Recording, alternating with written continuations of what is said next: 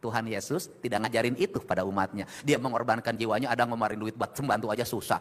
Ke gereja harus ada makna bagi rumah. Saya yakin jamaah di sini adalah jamaah yang baik-baik terhadap para pembantunya, para asisten pembantunya, security-nya, pada siapapun.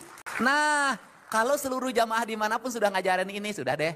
Jawa Barat, Gemah Ripah, Repeh Rapi, Subur Makmur, udah hidup ini damai, tenang, tentram, udah. Melakukan proses kontemplasi diri untuk membangun nalar keseimbangan ruhani yang sempurna antara raga dan rasa, antara makhluk dan holik, antara yang diciptakan dengan yang menciptakan. Ada 3 hal yang harus menjadi kesadaran kita sebagai makhluk manusia tanpa bicara suku, agama, dan ras. Pertama, bahwa kita ini makhluk ciptaan Tuhan, universalitas keyakinan yang setiap orang memiliki sudut pandang, persepsi yang berbeda-beda dengan cara yang memahaminya masing-masing. Itulah yang disebut dengan kebenaran esensi, kebenaran asasi, kebenaran universal, dan kebenaran hakiki. Karena itu kebenaran esensi, kebenaran asasi, kebenaran universal, maka kebenarannya tidak bisa dipersepsikan. Karena kebenarannya tidak bisa dipersepsikan, maka itu adalah kebebasan rasanya masing-masing, kebebasan cintanya masing-masing. Tidak bisa kita mengukur keyakinan orang lain lewat keyakinan kita. Tidak bisa kita mengukur baju orang lain dengan baju kita. Tidak bisa kita mengukur bahasa orang lain dengan bahasa kita. Tidak bisa kita mengukur enaknya makan orang lain dengan enaknya makan kita. Karena inti urusan rasa. Itu yang disebut dengan kebebasan universal. Maka setiap orang memiliki hak yang sama, memiliki privacy yang sama tanpa tidak boleh diadili. Saya katakan setiap orang memiliki persepsi yang sama, hak yang sama, tidak boleh diadili. Makanya keyakinan tidak boleh diadili. Kalau kita mengadili keyakinan, maka kita seolah-olah menjadi manusia yang mengerti isi hati manusia. Sekali lagi, karena itu adalah keyakinan, kita tidak boleh mengadili manusia berdasarkan isi hatinya. Maka cinta tidak boleh dikekang, maka cinta tidak boleh dibatasi, maka cinta adalah kebebasan. Andai kata orang menderita karena cinta yang diungkapkannya, itu adalah urusan dirinya sendiri. Yang kedua adalah, kita adalah sebagai makhluk bumi. Ini yang ingin saya ingetin pada semuanya. Karena kita sebagai makhluk bumi, maka kita sama hukumnya. Yaitu kita harus taat pada hukumnya bumi. Karena taat sama hukumnya bumi, udara yang tekanannya tinggi bergerak menuju tekanannya rendah. Air yang ada di puncak turun ke bawah. Batu yang dilempar ke atas jatuhnya ke bawah. Setiap ditampar rasanya sakit. Kalau tidak sakit, pura-pura tidak sakit. Nah, karena kita makhluk bumi, kita ini setara, kita ini sama, hukumnya sama. Hukum gravitasi itu sama, hukum tekanan udara itu sama, seluruh IPA itu sama ajarannya. Tidak pernah ada pelajaran IPA di sekolah, ini buat Katolik, ini buat Protestan, ini buat NU, ini buat Muhammadiyah, tidak ada. Semuanya sama. Karena semuanya sama, maka deritanya pasti sama. Kalau orang ngebabat gunung habis-habisan, banjirnya kebagian semua. Itu banjir nggak pernah nanya, ini jamaah mana ya? Nggak bisa. Kalau ada virus, maka virus itu menyebar tanpa bicara dia yakin atau tidak, dia agamanya apa, semua orang kena. Karena itu apa sih yang saya usung ketika saya jadi gubernur hari ini, adalah mengusung mari kita kembalikan cinta, itu adalah kembali beragama berdasarkan keyakinannya, itu hak pribadi masing-masing. Tapi kalau berperilaku harus sama, bertindak harus sama, karena ini urusan bumi, karena ini urusan dunia. Karena urusan dunia, maka bagi saya ketika tadi saya mengamati ya kan, bagaimana memahami Nabi Isa alaihissalam dalam pemahaman saya, itu atas pengorbanannya, berani mengorbankan dirinya demi keberlangsungan umatnya, demi keselamatan pengisi buminya. Dia berani disakiti, dia berani menjadi orang yang ikhlas tersakiti, kemudian dia pergi dalam keadaan tersenyum, tidak dalam keadaan meringis. Paham itu saya. Itu kalau kata ini kalau orang Sunda, ini saya ngomong orang Sunda nih, orang Sunda itu puncak spiritualitas tertinggi itu adalah dengan membuat sesajen, gitu loh. Sesajennya bunga-bungaan, kemudian bubur merah, bubur putih, dan yang tertingginya itu bikin bakakak ayam. Bakakak itu semuanya terlentang. Dia menyerah dengan seluruh pasal, seluruh jiwa raganya, tanpa ada sedikit pun dalam dirinya rasa takut, rasa nyeri, rasa apapun. Itulah pengorbanan yang tertinggi. Jadi pengorbanan manusia yang tertinggi adalah ketika dalam dirinya sudah pasrah Nih kalau gitu kan, itu kan pasrah. Orang Islam juga pasrah gitu loh. Jadi orang yang pasrah itu sudah, kata orang Sunda begini, ini nanti bisa ditafsirkan. Perasaan nggak ada tafsirnya. Hirup ukur sasamperan, awak ukur sasampayan, sariring-riring dumadi, sarengkak, saparipola, sadaya, kersaning Allah. Jadi karena kersaning Allah ya sudah kita totalitas aja. Manusia yang tertinggi derajatnya adalah ketika manusia sampai pada puncak kesulitan yang tidak bisa diselesaikan, maka jalan terakhir adalah dia berserah. Sudah. Dan orang suka salah tafsir, orang yang berserah itu kalah. Awas ya, ulah belegug ya. Ketika melihat lawannya itu sudah nyangakeun sadaya-daya beheung teuk-teukeun ti korog-gorokeun suku benteng kelokeun eles ya ku aing. Belegug sia-sia nu eleh anjing. Yang kalah itu ketika orang sudah begini latus masih begini merasa paling hebat, kamu yang kalah, dia yang menang. Maka berhati-hatilah ketika kita menyakiti orang yang orang itu tidak melawan. Hati-hati. Kenapa? Dialah pemenang dari sebuah pertarungan.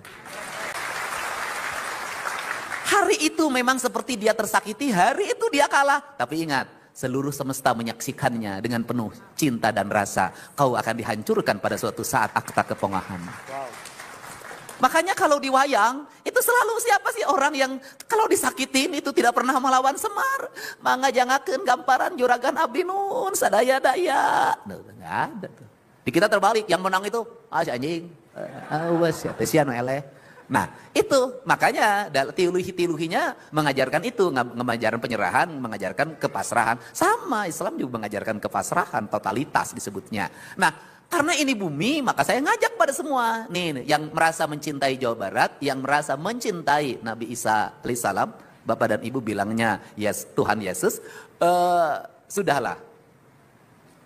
Betapa bumi ini sakit disakiti oleh kita semua. Tanah ini kan ibu kita, sebutnya ibu pertiwi. Orang Sunda nyebutnya Sunan Ambu.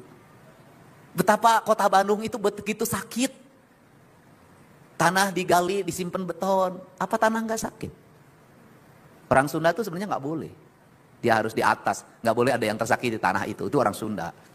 Tapi saya baru setengah Sunda, setengah modern. Nah, kemudian betapa air itu sakit. Itu Citarum. Sudah di atasnya ibu kandungnya, yaitu pohon-pohon yang rindang dan besar itu dibabat habis, kuno hayang benghar, geus benghar anger teu benghar-benghar. Kenapa geus benghar teu benghar-benghar? Sudah duitnya banyak, masih ngemplang terus, makin ngerampok terus, masih nyuri terus, masih ngambil hak orang terus. Ari sia rek modalna sabaraha tahun deui isukan ge pae. Udah sakit, Pak. Terus turun lagi ke bawah, sakit lagi, nu modal kasusukan. Limbah rumah tangga deterjen dimasukin ke air lagi, kemudian limbah pabrik ke air lagi. Anda berdoa di gereja, Anda berdoa di masjid, merasa diri paling ahli ibadah. Anda buang limbah racun ke pabrik ke Citarum, bohong ibadah Anda. Wadul. Kenapa? Anda berbuat tidak baik. Mencuci barang tambang dengan merkuri. Anda uang itu disumbangin ke gereja, Anda uang itu disumbangin ke masjid. Orang tahu menyebut Anda adalah ahli ibadah, ahli sosial, orang dermawan. Tuhan mengutuk Anda. Anda telah menutup kejahatan Anda dengan kebaikan. Kejahatan tidak bisa ditutup dengan kebaikan. Tidak bisa. Catatannya tetap ada, hukumannya tetap ada. Yang ada hanya menjadi tolak bala saja. Bohong kalau bisa dihapus, nggak ada. Hutang di bank bisa dihapus, dosa nggak bisa. Tetap harus ada tebusannya. Harus ada nanti dicuci dulu. Ngenah wae saya digratiskan, nggak bisa. Nah ini saya ngikutin. Nah apa sih problem Indonesia, problem Jawa Barat hari ini adalah dosa pada alam. Sudah titik. Udah. Itu dosa pada alam. Ini rusak Pak. Ayo. Sudah. Anda tiap hari rekreasi ke puncak. Oh asik.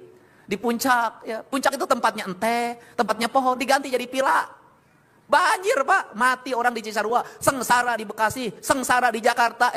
Anda menjadi ahli ibadah tidak. Anda adalah pembuat kerusakan.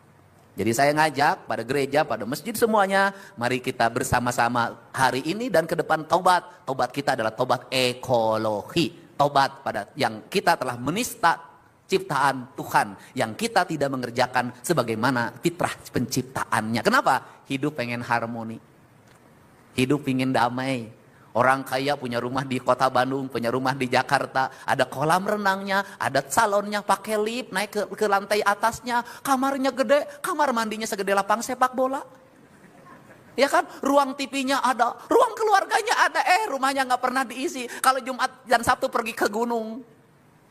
Kalau Jumat dan Sabtu pergi ke gunung, berarti rumah yang megah pakai AC itu tidak membuat Anda damai. Tetap saja, tempat yang terbaik untuk menyepi adalah gunung. Lahirlah healing. Siapa yang suka healing? Orang-orang agar eling. Healing itu orang-orang agar eling. Karena apa? Karena orang-orang yang eling hidupnya senantiasa tenang, tentram, dan damai. Karena dia eling pada 3, eling ka Gusti, eling ka diri, jeung eling ka sasama hirup. Sing areling urang kabeh.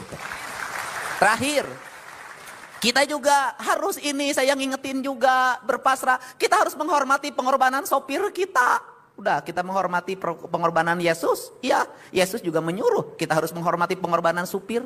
Supir Anda bersama istri muda, sopirnya nungguin 2 jam. Dia istrinya ditinggalin, bener nggak? Suaminya lagi nakal-nakal di Bandung, dugem, dak, dok, dak, laki-lakinya. Sopirnya nungguin di luar, dia sudah nggak ketemu istrinya beberapa bulan. Pulang mabuk dari dugem, sopirnya nungguin harus jaga rahasia ke istrinya.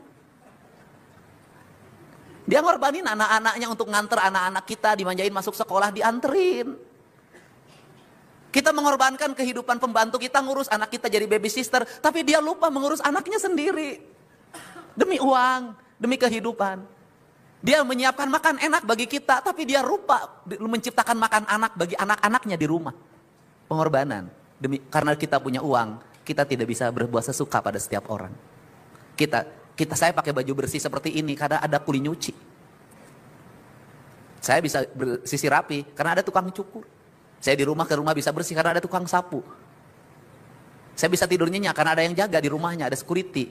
Mereka ketika kita tidur lelap, security nungguin kita, keamanan kita, menjaga kehidupan kita. Dia tidak boleh sedikit pun matanya kemudian salah dalam melihat. Agar apa? Agar tuannya selamat. Tapi dia mengorbankan dirinya demi tuannya. Berapa gajinya? 3 juta, 4 juta. Dia mempertaruhkan jiwanya hanya untuk 4 juta rupiah. Terus kita membayarnya juga telat. Kasih THR juga lambat, pikirin kesejahteraan juga tidak pernah kita pikirkan. Kita sibuk aja numpuk duit di rekening, buat apa? Tuhan Yesus tidak ngajarin itu pada umatnya. Dia mengorbankan jiwanya, ada ngemarin duit buat pembantu aja susah. Ke gereja harus ada makna bagi rumah. Saya yakin jamaah di sini adalah jamaah yang baik-baik terhadap para pembantunya, para asisten pembantunya, security-nya, pada siapapun. Nah, kalau seluruh jamaah dimanapun sudah ngajarin ini, sudah deh. Jawa Barat, Gemah Ripah, Repeh Rapi, Subur Makmur, udah hidup ini damai, tenang, tentram, udah. Wajahnya tenang kayak wajah saya walaupun hidup tanpa istri, bahagia. Kenapa? Karena saya menemukan jutaan istri dalam setiap waktu yang memeluk saya, mencium saya dengan penuh dengan cinta. Anak emak, itu nih hungkul aing lah.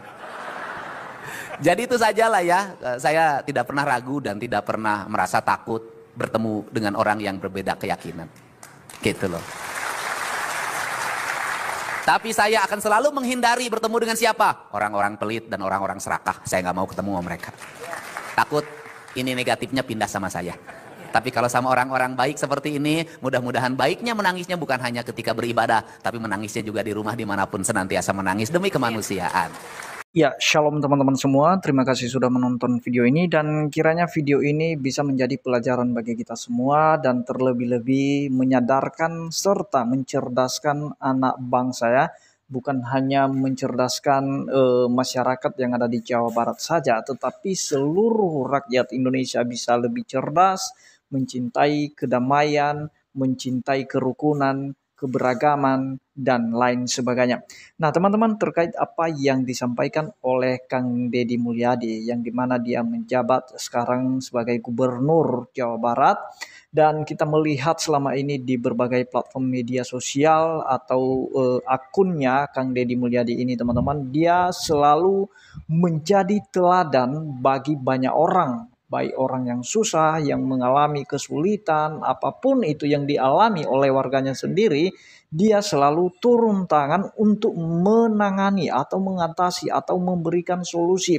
Nah, kita lihat di beberapa akunnya, di beberapa videonya juga yang atau konten-kontennya yang sudah kita lihat di berbagai media sosial itu, ketika ada warganya mengalami masalah dan dia selalu memberikan solusi teman-teman ya.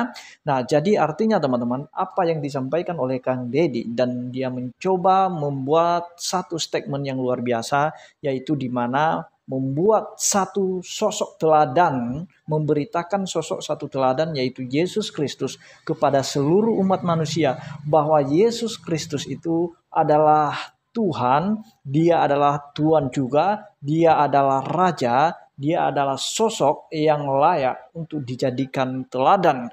Nah, teladan apa yang pernah diajarkan oleh Yesus, bahkan dilakukan oleh Yesus, yaitu bagaimana dia mengasihi orang lain, berdoa untuk musuh-musuh, bahkan yang menganiaya diajarkan harus berdoa. Jangan membalas kejahatan dengan kejahatan. Dan bahkan dia memberikan makanan 5.000 orang dengan luar biasa, teman-teman ya. Dia melakukan banyak mukjizat. Ketika ada orang yang mengalami sakit penyakit, dia datang dan menyembuhkan, teman-teman ya. Jadi ada banyak hal yang perlu kita teladani dari hidup Yesus ya, yang dimana dalam hidupnya dia punya cara hidup yang luar biasa, menjadi berkat bagi semua orang, teman-temannya, bagi pengikut-pengikutnya. Dan biarlah kita sebagai pengikut-pengikut Kristus hari-hari ini kita bisa menjadi berkat sebagaimana Yesus menjadi berkat bagi semua orang, dimana melalui kita Allah dimuliakan. Terima kasih, Tuhan Yesus memberkati.